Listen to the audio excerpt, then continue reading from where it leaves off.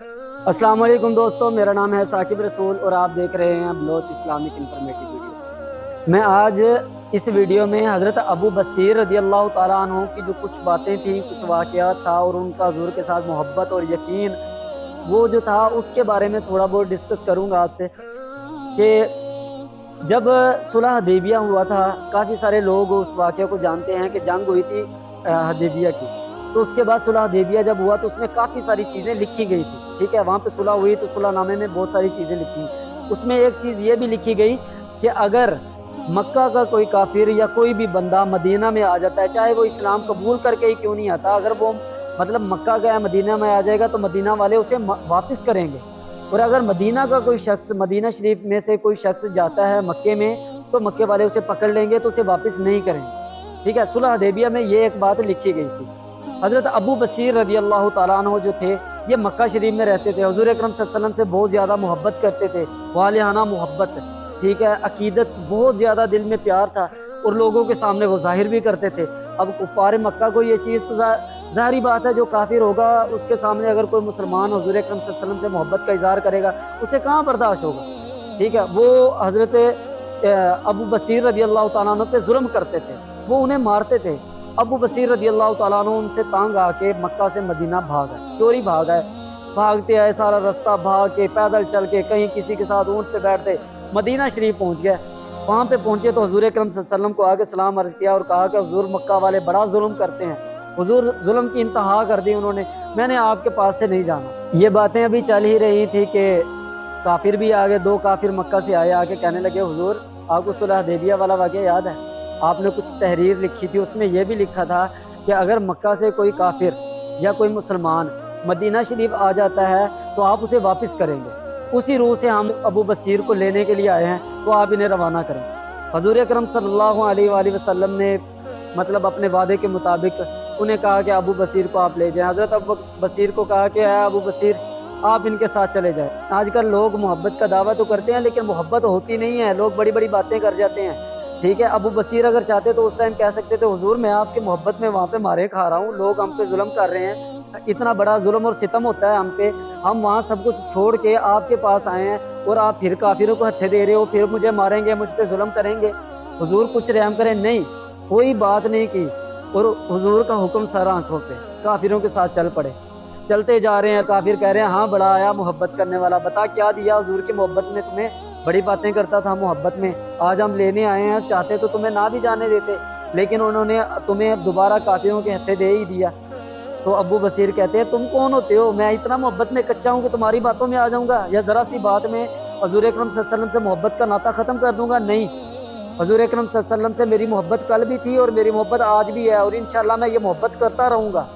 جب مدینہ شریف کے حد سے باہر گزرے نا تو ابو بصیر رضی اللہ تعالیٰ عنہ نے ان کافروں میں سے ایک کی تلوار نکال دی اور کہا کہ اب آؤ کسی کی ہمت ہے تو۔ ایک کافر لپکا تو آپ نے اسے مار دیا، دوسرا کافر بھاگ گیا۔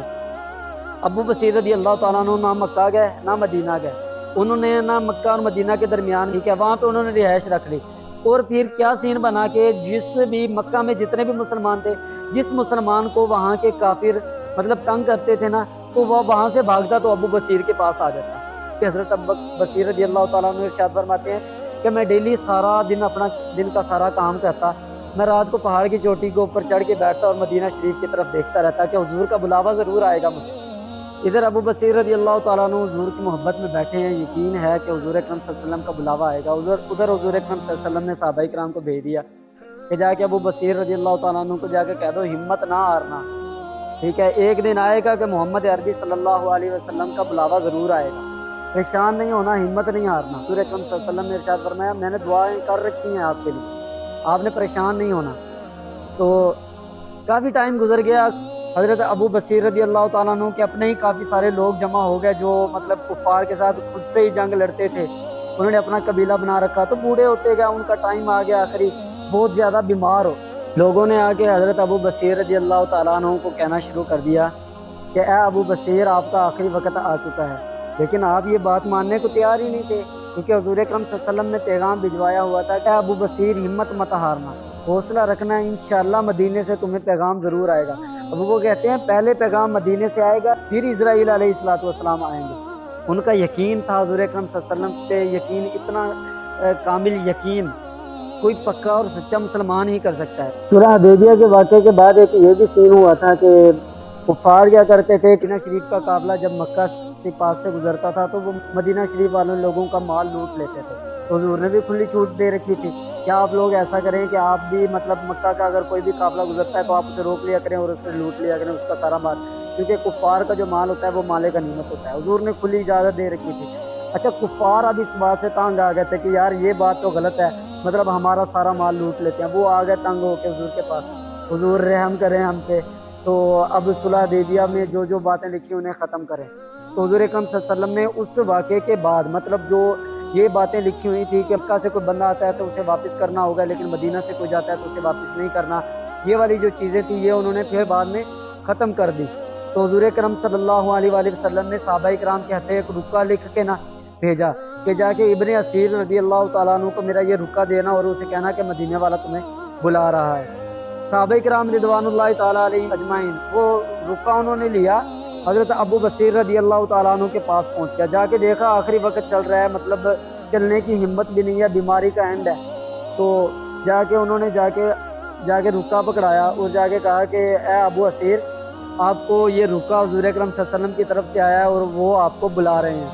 حضرت ابو بصیر رضی اللہ تعالیٰ عنہ نے جیسے ہی وہ رکا دیکھا تو اس رکے کو اپنے ہاتھ میں تھاما اور خوشی کے مارے یہ کہہ رہے تھے کہ یا اللہ تیرا لاکھ لاکھ شکر ہے، یا اللہ مجھے اس بات پہ یقین تھا کہ حضور کا بلاوا آئے گا۔ اسی خوشی میں جھومتے ہوئے ان کی جو روح تھی وہ قبض ہو گئی۔ اس واقعے سے ہم یہ سیکھ سکتے ہیں کہ انسان کا یقین، محبت، حضور کے ساتھ محبت اور یقین مسلمان کا اس قدر ہونا چاہیے کہ موت سے بھی ٹکر دینے والا یقین ہو۔ یعنی کہ حضرت ابو بصیر رضی اللہ تعالیٰ عنہ کو یہ پتا تھا کہ میرا آخری ٹائم ہے، لیکن پھر بھی انہیں یہ یقین ضرور تھا کہ حضور نے اگر کہا کہ میرا بلاوا آئے گا تو ان کا پہلے بلاوا آئے گا، بعد میں موت کا فرشتہ آئے گا۔ اللہ تبارک و تعالیٰ سے دعا ہے کہ اللہ تعالیٰ ہمارے ایمان کو بھی مضبوط کرے اور ہمارے اندر بھی ایسا یقین کامل ہونا چاہیے اور حضور اکرم صلی اللہ علیہ وسلم سے اس قدر محبت ہونی چاہیے۔ اگر آپ لوگوں کو میری یہ ویڈیو اچھی لگی ہو تو اسے اپنے دوستوں کے ساتھ ضرور شیئر کریے گا، اور اب انشاءاللہ ملتے ہیں نیکسٹ ویڈیو میں، تب تک کے لیے اللہ حافظ، فی امان اللہ۔